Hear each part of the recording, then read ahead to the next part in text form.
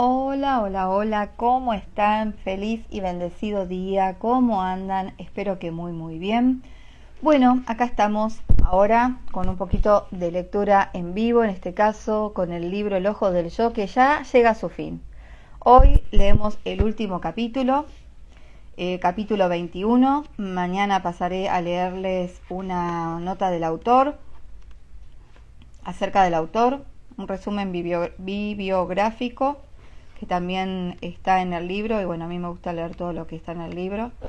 Así que bueno, vamos a comenzar sin más, sin tanto preámbulo, con el último capítulo, capítulo 21. Esperen que me abra un poquito, ahí está. Que se titula El Génesis, creación y evolución.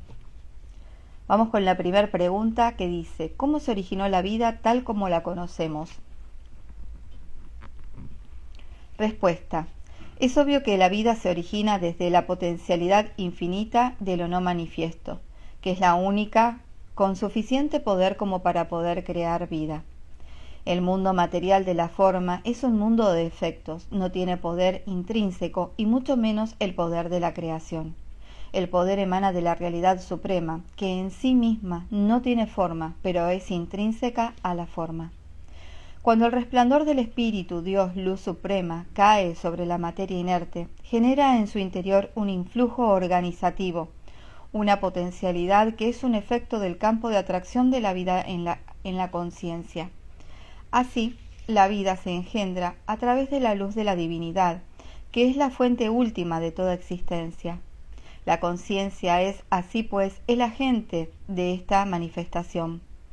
La forma surge en apariencia como el esto y el aquello de la sustancia materia. Sin embargo, la vida no es dinámica, sino triádica, porque en el esto y el aquello hace falta un agente de crecimiento y acción. Este tercer aspecto aparece como un patrón de atracción en la conciencia y se manifiesta como protoplasma básico. La vida no puede surgir de la sola sustancia debido al requisito de la presencia del resplandor de la divinidad. Para que la vida continúe, necesita propagarse y sustentarse.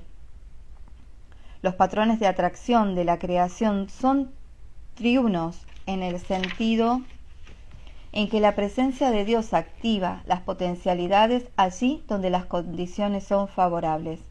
En el principio estaba Dios como luz, que es la energía de la creación y de toda vida.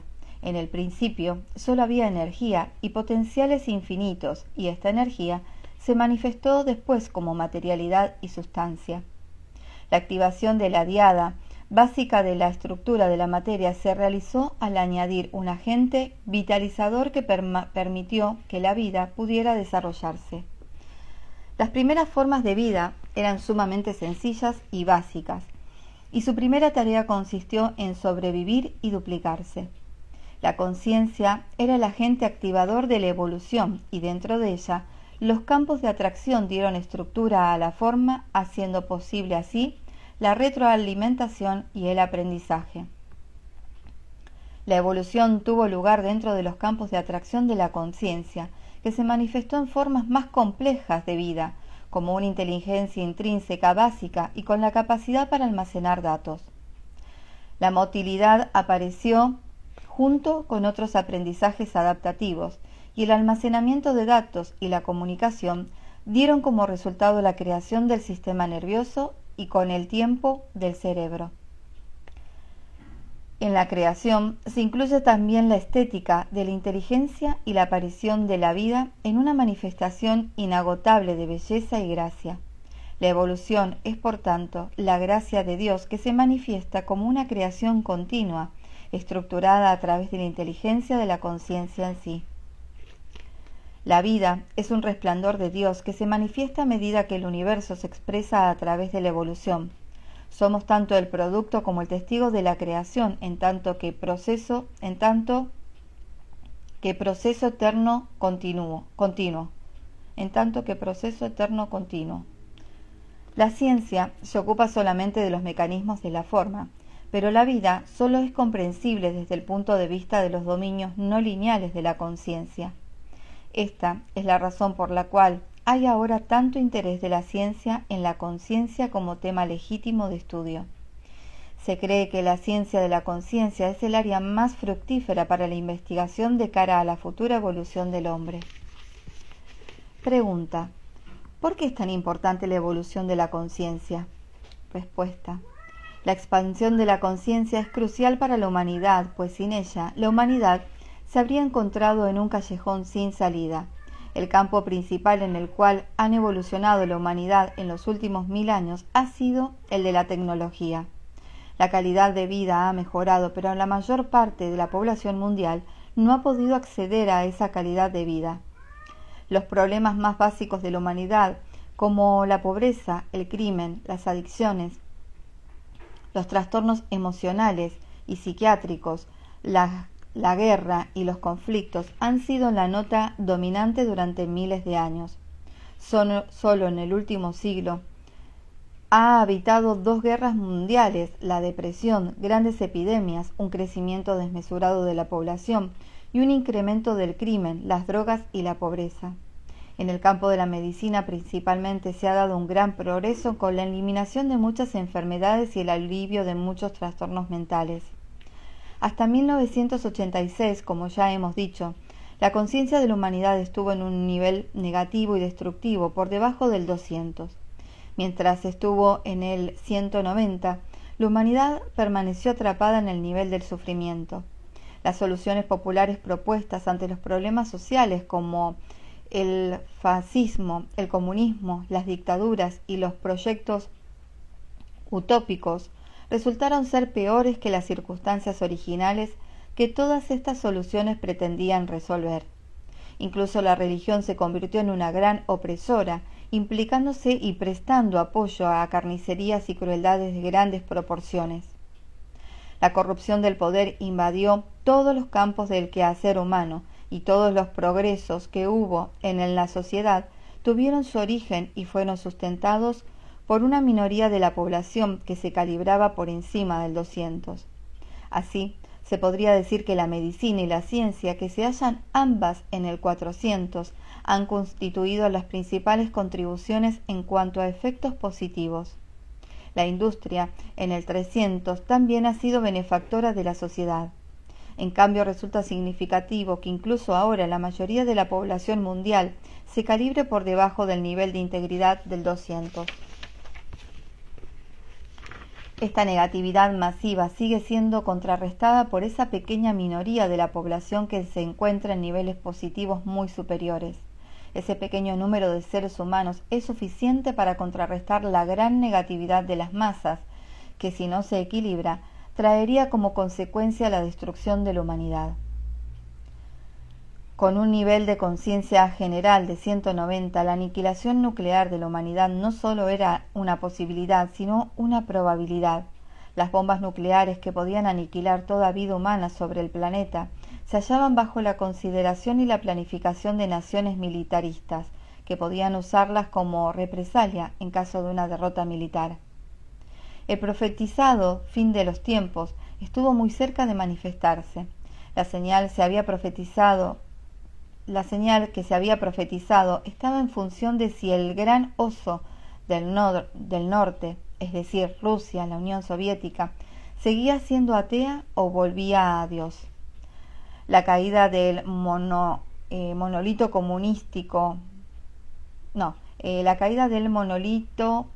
comunismo ateo trajo un cambio de equilibrios para toda la humanidad desde el 190 hasta el 207, que impidió la destrucción de todo el género humano.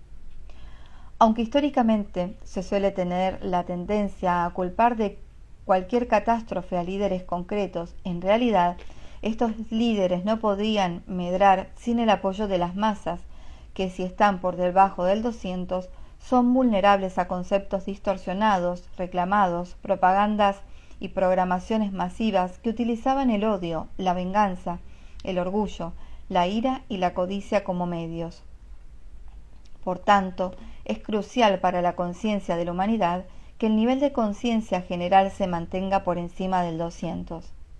En cambio, en una reciente encuesta de opinión realizada en los Estados Unidos, el 69% de las personas que respondieron seguía a favor de la pena capital. Y esto, aun cuando se trata de una descarada violación de las enseñanzas espirituales más importantes. Además, en las últimas investigaciones publicadas se demuestra que el índice de homicidios es más alto en los estados que todavía hacen uso de la pena capital que en los estados que han dejado de aplicarla. Y estas opiniones tienen lugar en una sociedad que cada vez es más consciente de los muchos errores judiciales que están llevando a la muerte a personas inocentes, un problema que ha alcanzado tal relieve que ha habido gobernadores que han declarado una moratoria sobre la pena de muerte. El nivel de conciencia de los Estados Unidos es en la actualidad de 425. El nivel de conciencia que da apoyo a la pena de muerte está por debajo del 200 y está asociado históricamente con la cólera, que se considera la semilla del odio, la crueldad, la venganza, que se hallan curiosamente en el mismo nivel que el asesino. Por tanto, las consecuencias en la conciencia del asesino son al parecer las mismas tanto si se considera al acusado inocente como si se lo considera culpable. Pregunta: ¿por qué esa comprensión tan limitada y por qué tanta confusión acerca de la creación? Respuesta: el problema es simplemente un problema de paradigmas. En la dimensión lineal newtoniana, con las limitaciones que le impone su creencia en la causalidad lineal, se ve la causa del universo en términos de tiempo y lugar. Esto evidentemente es lo que plantea la pregunta, en realidad un enigma irresoluble, dado que llevaría a una regresión infinita sobre cuál sería la causa de la causa de la causa primera. Para comprender la totalidad hace falta comprender tanto la dimensión lineal como la no lineal. La creación estalla desde la fuente no lineal e infinita de la creación en un proceso continuo, ajeno al tiempo y al espacio. En ese despliegue, lo trascendente no manifiesto se convierte en inmanente manifiesto. Luego, lo inmanente potencia la transformación a través de la evolución, que no es más que el desarrollo de las formas de la creación en cuanto a apariencias. Así, el universo no tiene causa, sino que tiene su fuente u origen en lo no manifiesto. Si se reflexiona un poco sobre ello, se hace evidente que la creación no podría ser un acontecimiento estacionario en el tiempo, o de lo contrario el creador habría tenido que estar limitado a tiempo y lugar. Solo por esa limitación el creador hubiera sido incapaz de crear nada. Pero el poder infinito está más allá de la forma. Solo lo informe tiene poder para crear la forma. La mente humana no iluminada es incapaz de comprender el poder infinito. Intenta captar algo que le permita entender, pero utiliza las herramientas equivocadas para ello.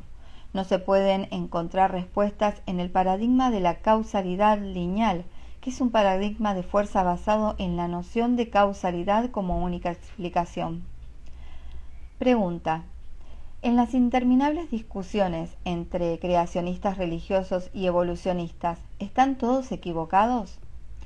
Respuesta: esa es, al parecer, la razón de que no se resuelva el conflicto. Los creacionistas bíblicos cometen el mismo error que los científicos y los escépticos al suponer que hubo una tirada de dados creadora que creó el universo entero en un tiempo y un lugar, y que luego se retiró al cielo. Los evolucionistas, por su parte, tampoco dan de lleno en el clavo. La creación está en curso y eso continúa debido a la omnipresencia de Dios. La evolución es simplemente el estilo de expresión y de desarrollo de esa creación en curso. Es obvio que eso que llamamos el Dios infinito no empieza ni se detiene. Eso que está más allá de toda dimensión no está sujeto a limitaciones. Según la ciencia actual, la energía potencial que hay en un centímetro cúbico de espacio vacío es mayor que la masa de todo el universo. Lo que todavía no se ha mencionado es que la energía potencial de cada centímetro cúbico de espacio se incrementa continuamente hasta el infinito. El poder de lo no manifiesto es igual o mayor que el de lo manifiesto. El hombre ha subestimado enormemente y no ha comprendido la gloria infinita, la grandeza y el poder de Dios. Reemplazando al yo inferior por el yo superior, se puede conocer el poder de la omnipotencia, gracias al hecho de que lo infinito es el origen y la realidad de uno. No hay limitación alguna para Dios. Una aproximación alegórica de la realidad sería afirmar que la duración total de todo el tiempo del infinito lleva menos de un instante. En este punto, se hace evidente que un paradigma no se puede extender hasta incluir al otro. Pregunta: ¿qué hay de verdad en el Génesis? Respuesta: curiosamente, el Génesis es uno de los 3 libros del Antiguo Testamento que da una respuesta fuerte en kinesiología. Los otros son el libro de los Salmos y el de los Proverbios. El Génesis afirma que la creación tuvo lugar a partir del vacío oscuro e informe de lo no manifiesto, y lo hizo como luz y forma a través de la divinidad del Espíritu de Dios. La luz creó la materia o la forma y luego engendró la vida en las formas progresivas de la vegetación, los peces y luego de los pájaros y otros animales. Se insistía en que la fuente del poder de la creación era la luz.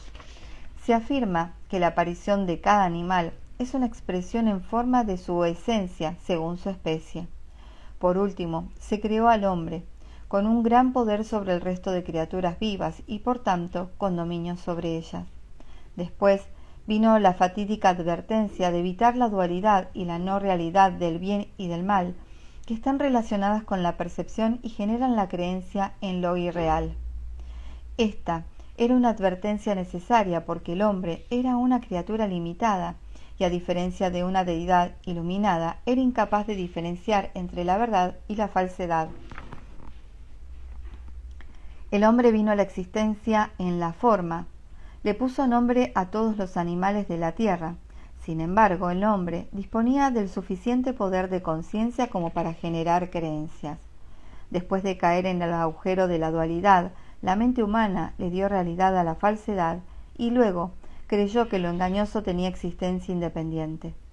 Al generar la creencia en la pseudo-realidad de lo que es falso, el hombre se convirtió en víctima del sufrimiento, bajo las formas de la pena, la culpabilidad, el orgullo, el fratricidio y el horror del castigo y el miedo.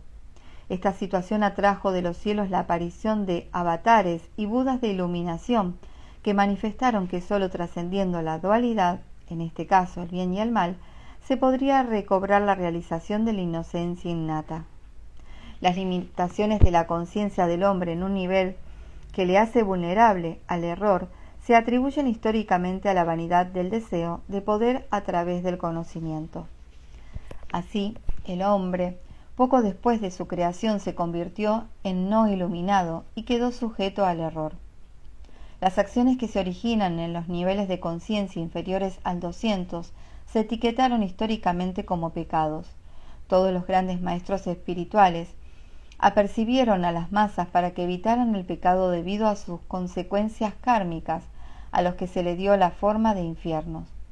Parecía que el hombre no pudiera elevarse por encima del nivel del 200 sin ayuda, y de ahí la necesidad de salvadores cuyo nivel de conciencia era tan alto que el mero alineamiento con ellos les llevaba a uno más allá del 200. Los niveles de conciencia inferiores al 200 carecen de poder y por tanto lo sustituyen con la fuerza. Pero la elevación espiritual requiere poder que se reside en el nivel invisible del espíritu. De ahí que los salvadores rescaten de los niveles inferiores del espíritu gracias al diáfano poder que emana su campo de energía. Por tanto, lo valioso del compromiso religioso o espiritual a través de la oración, la devoción o el culto consiste en que la fidelidad cualifica al seguidor y le otorga el beneficio de la gracia de Dios que irradia a través de los maestros divinos. Todo lo anterior se puede verificar mediante la kinesiología. El mero hecho de imaginar o pensar en una figura divina provoca una respuesta fuerte en cualquiera. Por tanto, la oración y las devociones religiosas o espirituales tienen un efecto positivo que se demuestra con rapidez. En realidad, es necesario un salvador para todas las personas que calibran por debajo del 600, lo cual significa que la humanidad en su conjunto precisa ciertamente de la contribución de los grandes maestros espirituales. De acuerdo con lo expuesto arriba, podemos hacer varias observaciones. Una observación universal que viene haciendo miles de profesionales clínicos a lo largo de los años es que determinados estímulos provocan una respuesta kinesiológica débil en todo el mundo. Así, para demostrar la eficacia de la kinesiología ante un gran auditorio, se suele poner a prueba a los sujetos haciéndoles mirar una luz fluorescente o sostener un pesticida a la altura del plexo solar. Estos estímulos hacen que todo en el auditorio muestre una respuesta débil. Hasta el simple hecho de mirar una manzana contaminada con un pesticida situada a la vista de todos en la sala de conferencias hace que una gran parte del público dé respuestas débiles. En cambio, imaginar una figura divina hace que todo el mundo dé una respuesta fuerte. En cierta ocasión, vino un grupo de personas a la clínica con la intención de aprender algo sobre kinesiología, y sorprendentemente ninguno de los estímulos fiables negativos tuvo efecto alguno sobre ellos, dando la impresión de ser inmunes a la negatividad externa. Al indagar, se descubrió que todos ellos eran aspirantes y estudiantes espirituales, que en este caso en concreto habían seguido un curso espiritual de formación titulado Un curso de milagros. Este fue un importante hallazgo que llevó a una investigación posterior en la cual los estudiantes que predecían hacer el taller de un año de un curso de milagros fueron sometidos a pruebas antes de comenzar el curso y periódicamente a partir de ahí. Para cuando los alumnos habían llegado alrededor de la lección 75, ya habían perdido su vulnerabilidad a los estímulos negativos. Un curso de milagros se basa en el poder del perdón. Esto lleva a reemplazar la percepción del ego y su posicionamiento dualista por la verdad que sustituye a la falsedad. La lección crítica en un curso de milagros, en el que el alumno mostraba este cambio, es el de yo solo estoy sujeto a lo que mantengo en mente. Sin embargo, para poder absorber esta lección, había que seguir a diario las 74 lecciones anteriores, tal como se prescribe. Un curso de milagros calibra en el 600. Otra observación interesante de poder espiritual aparece en un estudio de la Organización Espiritual de Alcohólicos Anónimos, que tiene un campo de energía organizativo general de 540, el amor incondicional. Suele observarse que en la medida en que la persona que se recupera se mantiene dentro del influjo de este poderoso campo de energía, la persona se mantiene sobria y cuando decide seguir su camino y dejar Alcohólicos Anónimos, recae con rapidez. Así, a menos que el nivel de conciencia personal del individuo que participa en el programa se eleve hasta el 540 o más, su recuperación estará en función del poder espiritual del grupo en sí.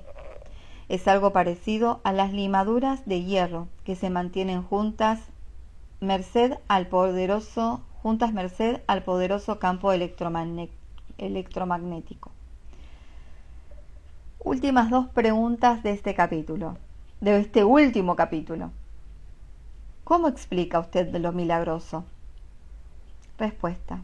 El término milagroso surge a partir del paradigma newtoniano, que está limitado dentro de los confines de la lógica y de la forma material, así como por la suposición de la causalidad.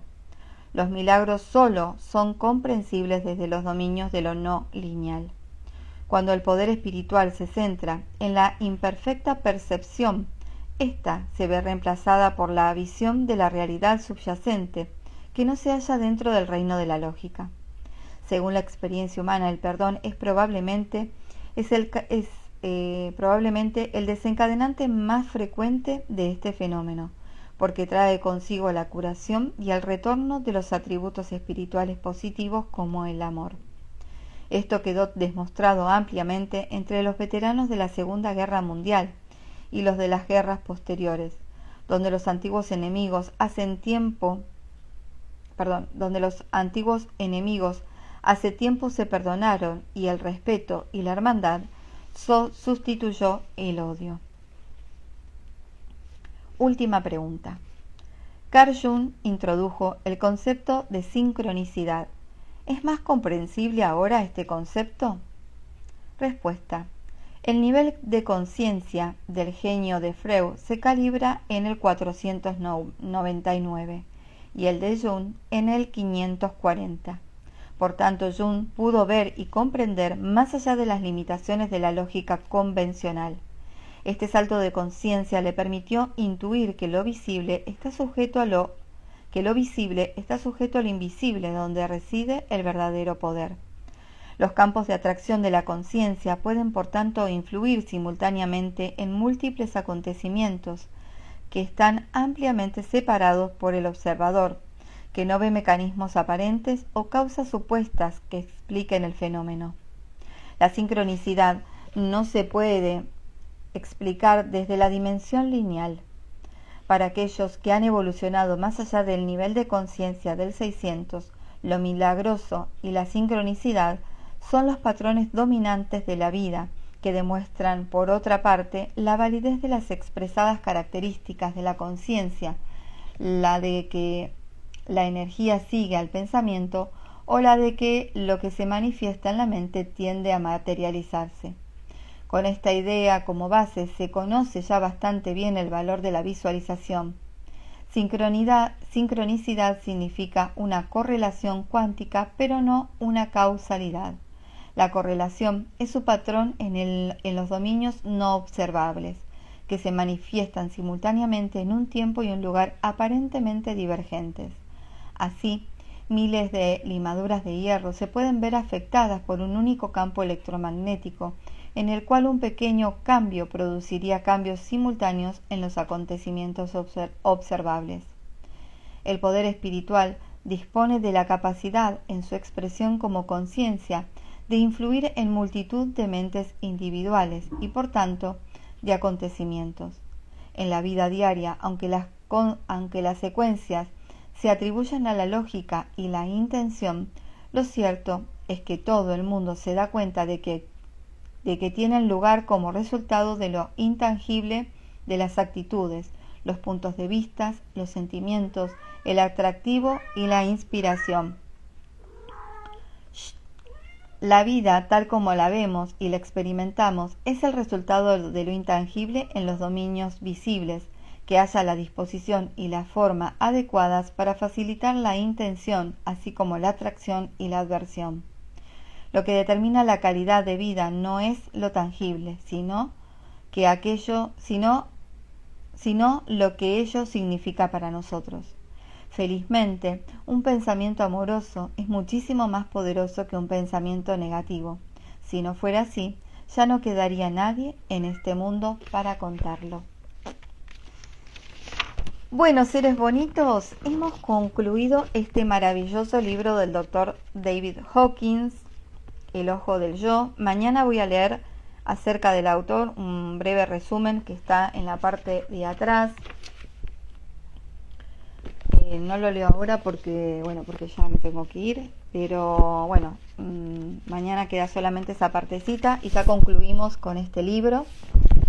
Muchísimas gracias a todos los que resuenan con este tipo de lecturas, que es justamente para desarrollar más nuestra conciencia, nuestra intuición, dándole una percepción diferente, ¿no?, a esto que llamamos vida. Y bueno, compartan, tienen la posibilidad de compartirlo por acá, por Instagram o por YouTube. En YouTube recuerden que hay una pestañita que se llama Playlist, donde si la despliegan, allí está todo ordenado, más prolijito, todos los libros leídos, ya llevo más de 40 libros leídos, están los aportando mi granito de arena, participaciones en otras cuentas. Recuerde que ahora los miércoles cambiamos un poquito el horario. En abril a las 18 está la tertulia del Doc, que está todo basado en las enseñanzas del doctor David Hawkins, con con Maximilian y con Carla. Mañana vamos a estar hablando de la vergüenza, que es el nivel más bajo del mapa de la conciencia.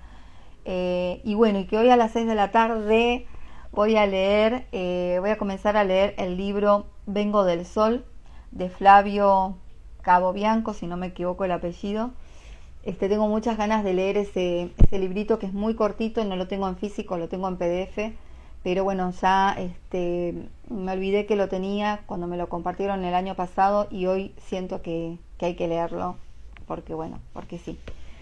Así que nada, los espero hoy a las 6 de la tarde, que voy a estar pasando un ratito a leer ese libro. Voy a iniciar la lectura de ese libro, y mañana ya termino, sí, El Ojo del Yo, con esa nota del autor. Hola, Clau hermosa, besitos, gracias. Gracias a todos los que han estado acá presentes, los que lo van a ver después. Recuerde que pueden compartir, no saben a quién podemos ayudar con un videíto, con un reel.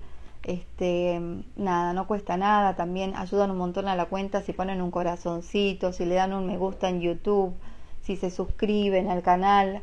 Ayudan mucho a que esto se siga expandiendo y llegue a más seres que quizás estén necesitando de una información diferente para hacer ese cambio de chip y ver otras realidades, ¿sí?